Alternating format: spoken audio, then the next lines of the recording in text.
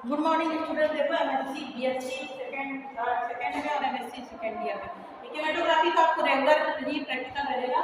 तो केमेटोग्राफी देखिए, केमेटोग्राफी क्या कहलाती है? वर्ण लेखन आधुनिक युग में अमीनो, प्रोटीन, कार्बोहाइड्रेट, एलिफेटिक जितने भी, साथ ही पिरिमिडिन, फिनॉल आदि के लेखन के लिए तथा उनमें यौगिकों के पॉलीमर जो होते हैं उनको पहचानने के लिए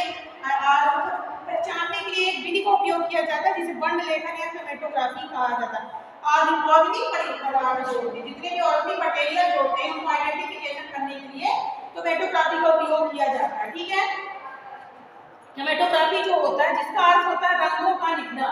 केमेटोग्राफी का अर्थ क्योंकि ऑब्जेक्टिव पेपर है तो केमेटोग्राफी का मतलब क्या होता है? रंगों से लिखना।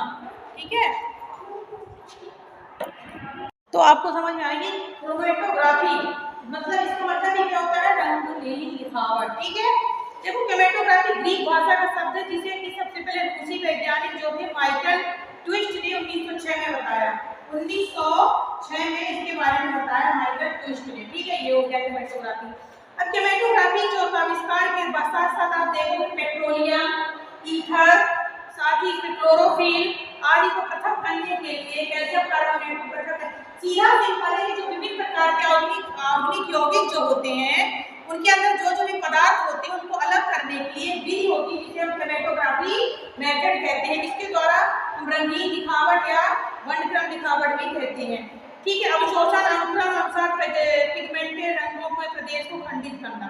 सीधा सिंपल है कि अलग अलग खंड के रूप में मान लो 1 2 3 और बने हैं। मान लो एमिनो अम्ल में अपन लिख दिया और ऊपर की तरफ जा रहा है तो यहाँ जो जो पदार्थ होंगे अलग स्पॉट हो जाएगा, यही कहलाएगा रंगीन लिखावट। ठीक है, तो ये तो क्या है केमेटोग्राफी के लिए समझा रही हूँ। आप देखोगे कि न्यूबोर नामक अमीनो अम्ल को पृथक करने में देखा। सबसे न्यूबोर नामक एक वैज्ञानिक थे जिन्होंने अमीनो अम्ल जो होता है, अमीनो अम्ल में कौन कौन से ऑर्गेनिक कंपाउंड होते हैं उनको पृथक करने के लिए सबसे पहले उन्होंने इसके बारे में बताया। ठीक है, केमेटोग्राफी के बारे में। केमेटोग्राफी जो होती है, केमेटोग्राफी सख्त में निश्चित चैम्बर में रखा जाता है। देखिए लैब में भी केमेटोग्राफी चैम्बर रखा हुआ एक चैम्बर होता है जिसमें इनको हैंड करके और इनका प्रयोग किया जाता है। ठीक है, देखिए वर्ण केमेटोग्राफी 3 प्रकार की होती है, कॉलम केमेटोग्राफी, थ्री लेयर केमेटोग्राफी और पेपर केमेटोग्राफी। अब आपको पता है कि जो स्तंभ या कॉलम स्तंभ वर्ग केमेटोग्राफी जो होती पैक रहती है। ठीक है, और दूसरी जो हो गई अपनी थ्री लेयर केमेटोग्राफी जो कहलाती है, ये क्या होती है? महीन परत युक्त होती है। पेपर केमेटोग्राफी जो होती है शीट होता है, जैसे वन स्केचिंग, एक जो प्रिंटेड पेपर जो होता है एक स्केचिंग, वन स्केचिंग स्केचर, इसको क्या कहते हैं? वन स्केचर प्रिंटेड पेपर भी कहते हैं, इसका उपयोग करके किया जाता है। इसके बाद अपन आ गए आरएफ। आरएफ जो मेन पॉइंट जो है केमेटोग्राफी में आरएफ वैल्यू, आरएफ मान या आरएफ वैल्यू क्या कहलाती है? इसका होना अत्यंत आवश्यक होता है। आरएफ के द्वारा पेपर केमेटोग्राफी में दोनों मिश्रण को जो पृथक किया जाता है, एक चिन्ह जो होता है चिन्ह का जाने में, जैसे कि यौगिक द्वारा चली गई दूरी, जो कंपाउंड लिया है उसके द्वारा चली गई दूरी और आरएफ से विलायक की दूरी, तो देखो जो यौगिक है वो और जो विलायक है यहाँ से प्रेजेंट, तो ये और ये जो दूरी होगी इसको हम क्या कहते हैं? आरएफ दूरी कहा जाता है। आरएफ दूरी से बताया जाता है। 1964 में आरएफ दूरी के बारे में बताया जाता था। 1964 में कब? 1964 में आरएफ दूरी के बारे में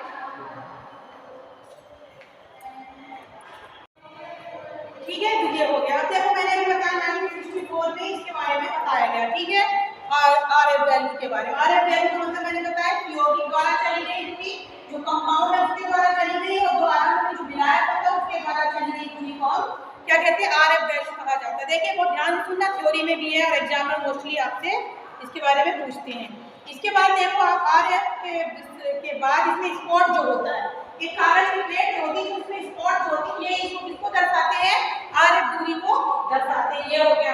इसके बाद आप देखो फिल्टर पेपर का चुनाव, समांतर बोल्ट्जमैन नंबर 1 याद रखना, एग्जाम में पूछते हैं कि किस फिल्टर पेपर का उपयोग किया जाता है केमेटोग्राफी में, तो बोल्ट्जमैन नंबर 1 जो फिल्टर पेपर होता है, या इसको क्या कहते हैं?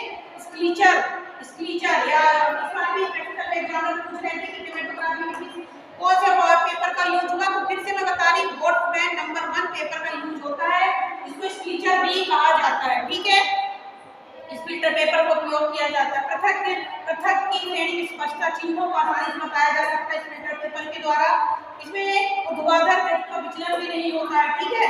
और ये क्या कहते हैं, अब जैसे कि अमीनो के पेप्टाइड आदि के बारे में हम केमेटोग्राफी के द्वारा आसानी से बता सकते हैं, ठीक है। ये हो गया। अब देखो अमीनो अम्ल के लिए केमेटोग्राफी प्रयोग करने के लिए कुछ आवश्यक सामग्रियां होती हैं। जैसे मैंने एग्जाम में दे दिया अमीनो एसिड की केमेटोग्राफी। अमीनो एसिड जो होता है इसकी केमेटोग्राफी के लिए क्या करना है, अमीनो एसिड की केमेटोग्राफी के लिए हमें केमेटोग्राफी चैम्बर चाहिए, इथेनॉल चाहिए रहता है, साथ ही इसमें क्या चाहिए रहता है, अल्कोहल चाहिए रहेगा, फिनॉल चाहिए रहेगा, जल चाहिए रहेगा जिसे वाटर कहते हैं, साथ ही जंतु ऊतक ब्यूटेनॉल के साथ साथ इसमें डिहाइड्रन होगा, कोनिकल फ्लास्क होगा 100 ml का, ये सब बता दिया जाएगा। इसके बाद क्या करेंगे अपन इसमें एक बोट्समैन, मैंने पहले बताया जो बोट्समैन नंबर 1 पेपर जो होता है जिसे स्केचर कहते हैं वो लेना पड़ता है। और फिर इसके बाद इसका प्रयोग पेंसिल चाहिए और एक स्केल चाहिए रहती है और फिर हम प्रैक्टिकल करते हैं। तो ये आपको जो फंडामेंटल का ही बहुत इंपॉर्टेंट है केमेटोग्राफी के लिए कि आपको हर साल ये प्रैक्टिकल, इसलिए आप ध्यान से वीडियो सुनिए